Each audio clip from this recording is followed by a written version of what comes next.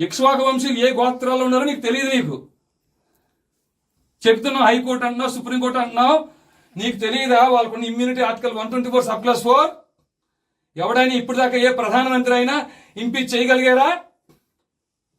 77 IPC 197 CRPC వాళ్ళ రక్షణ కవచాలు తెలియదా మీకు? భగవద్గీత 18వ అధ్యాయంలో 17వ శ్లోకం ఉన్న యస్య నాహంకృతో భావో బుద్ధిరేశ్య నలిప్యతే హత్వాపి సహిమాన్ లోకాన్ని హంతి ప్రయోగించే అవకాశం మాకు లేదా?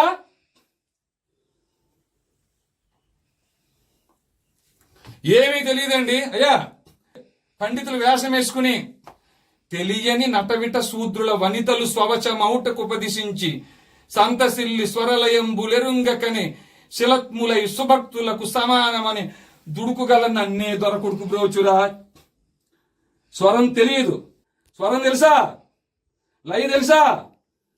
ఇక్ష్వాకు వంశీయులు ఏ గోత్రాలు ఉన్నారో తెలియదు. క్షాత్రం కలిగిన వారు మీ పరిధిలో ఎంతమంది ఉన్నారో తెలియదు.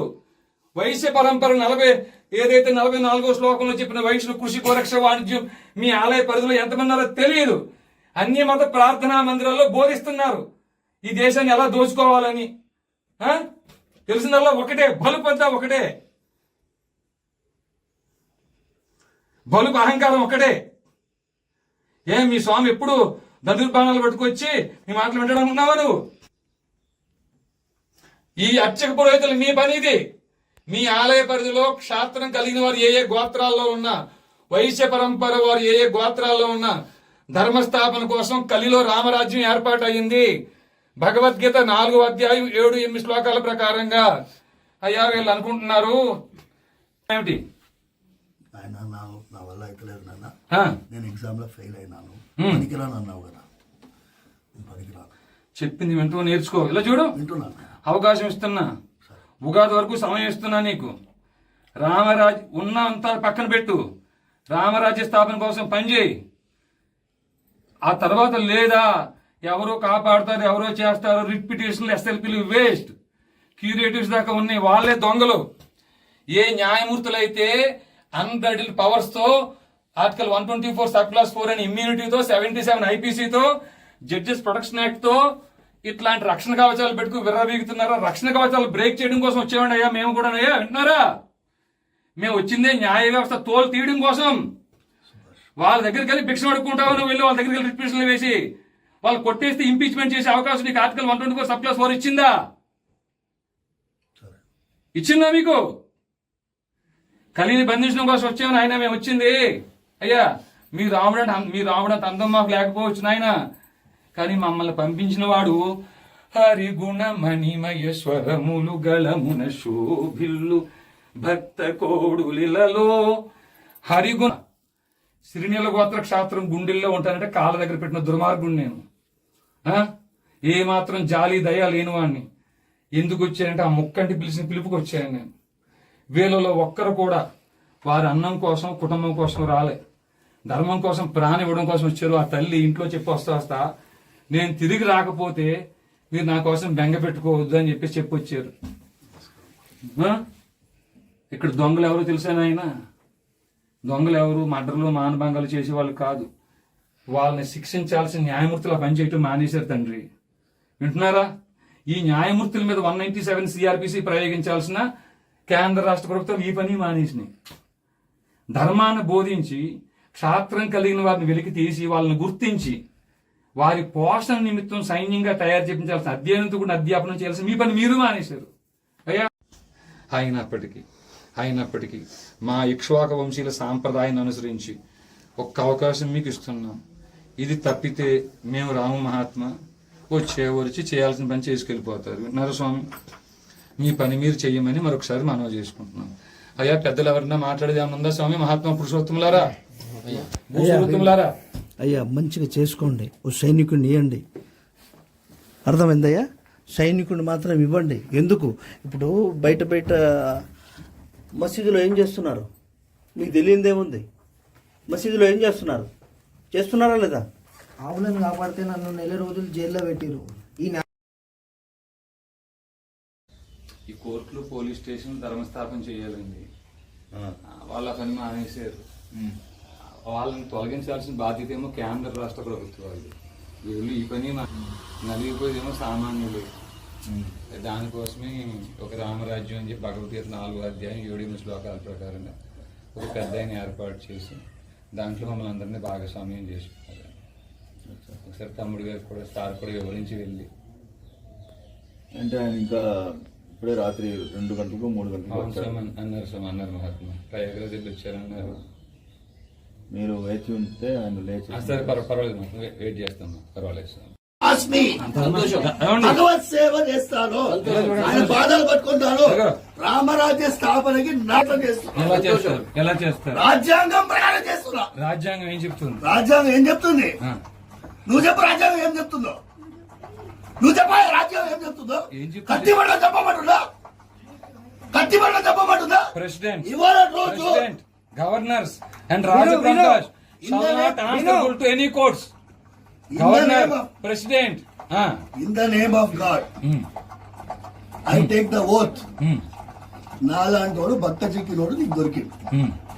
ఇదే పని ఇవాళ రోజు శబరిమల జడ్జిమెంట్ లో ఈ దేశంలో శ్రీరాముడికి అధికారం లేదు అని ఒక జడ్జి చెప్పిండు. ఇదే పని. కూర్చోండి ఆయన. కూర్చోండి.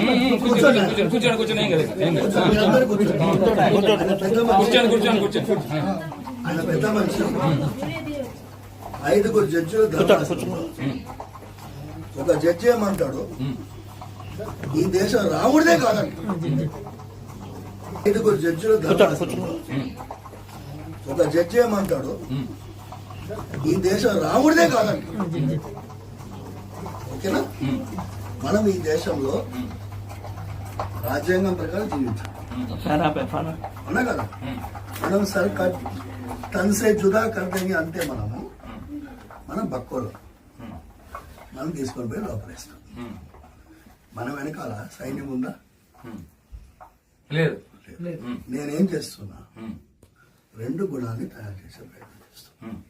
సోది చెప్తున్నా. ఒకటి ఆంజనేయ స్వామి గుణం, దేనికి తెగించకుండా ఉండేది. మాట్లాడమండి. రెండోది అర్జునుడి గుణం, గురువు గారు చెప్పినట్టు ప్రవర్తించడం. ఈ 2 నేను చేస్తాను. ఈ ప్రయత్నం నాది. దీని మీరందరూ తోడొస్తున్నారు. ఆ రోజు ఆయన వచ్చిన 2 సమయాల్లో కూడా ఆయన వచ్చిన పరిస్థితి వేరే ఉంది. ఓకేనా? నేను స్వామివారి ఆరాధన చేయడం 8 అవుతుందా అభిషేకం చేయాలి. నేనేమన్నా 3 గంటలకు వచ్చినాను ఆయన. నిన్న మొన్న మొత్తం నడక. సార్ చెప్పేది మేము వచ్చాం కదా, విన్న తర్వాత మేము వచ్చాం కదా. నువ్వు నన్ను చెప్పినావు. జడ్జిమెంట్ కూడా చెప్పారు. జడ్జిమెంట్ కూడా చెప్పారు కదా. జడ్జిమెంట్ అయిన తర్వాత ఏం చేస్తావు చెప్పండి. ఇది మనం రాజ్యాంగం ప్రకారం నడుస్తున్నాం. సుప్రీం కోర్టులో ఇంప్లీట్ పిటిషన్ వేసాం. శ్రీరాముడికి అధికారం లేకుండా ఏం దేశంలో ఇది? నీకు ఆ బిట్ పెన్షన్ అన్ని ఇస్తాం. నా దగ్గర ఉన్నాయి సార్, నా దగ్గర ఉన్నాయి. రెండోది ఏం చేస్తామంటే 8 రాజ్యాలు,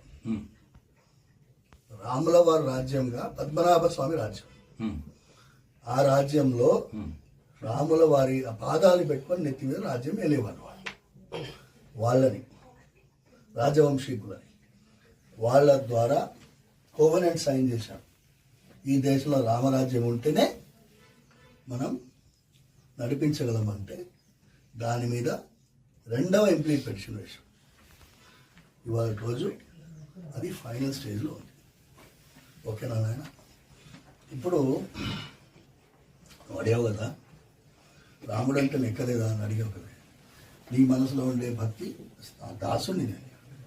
ఎందుకంటే సుగ్రీవుడి దగ్గర రామాయణం వినండి స్వామి. రామాయణం ఆల్రెడీ పెద్ద అని చెప్తే వినండి స్వామి. సరే నేను చెప్పేది వినండి. మీరు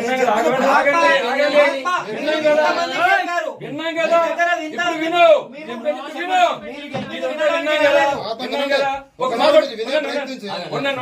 ఏం చేశావు వినండి. ఫస్ట్ వినండి. వినటం కూడా నేర్చుకోండి మీరు. ఒక్క నిమిషం చెప్పిన తర్వాత నేను వింటాను. సార్ చెప్పండి. ఒక్కటే నిమిషం. ఆఖరిది ఏంటి అంటే, ఇవాళ రోజు విశ్వరూపాన్ని ప్రదర్శించే సమయం వచ్చింది. ఓకేనా? విశ్వరూపం ఎట్లుండాలి? మొన్న విజయవాడ శంఖారావం చేసిండు. ఓకేనా? శంఖారావం చేసిన తర్వాత నా దగ్గరికి వచ్చినారు కొంతమంది మహానుభావులు. వచ్చి ఇవాళ రోజు దేవాలయాల భూములన్నీ ఆక్రమించుకున్నారు. ఒక రెడ్ పెన్షన్ వేద్దాం. రెడ్ పెన్షన్కి మీరు సాయం పిటిషనర్ గా, నేను ఆయన నేను ఒక్కడనే ఎన్ని పెన్షన్లు వేయాలి? పెన్షన్లు వేసే జమానా అయిపోయింది. ఒకరోజు ఎండోమెంట్స్ డిపార్ట్మెంట్ ముట్టదిద్దాం అని నేను పిలిపిస్తా. ఎన్ని వందల మంది వస్తారు అని అడిగినా మీరందరూ ఉన్నారు చూసారా, నేను ఒకరోజు ఎండోమెంట్స్ డిపార్ట్మెంట్ వెళ్తాను. ఇట్లనే మీరు రావాలి. ఓకే, మేము వస్తాం. ఓకే, వస్తాం. తప్పకుండా వస్తాం. తప్పకుండా వస్తాం. వినండి, జీ, తప్పకుండా వస్తాం. ఇప్పుడు వినండి, మాకు వినండి. మీరు ఇంతవరకు చెప్పారు కదా, విన్నాం కదా. వినండి, మాకు వినండి, ఇప్పుడు ఆ వినండి. రోజు జీ, వినండి. వినటం అలవాటు చేసుకోండి. వినటం అలవాటు చేసుకోండి.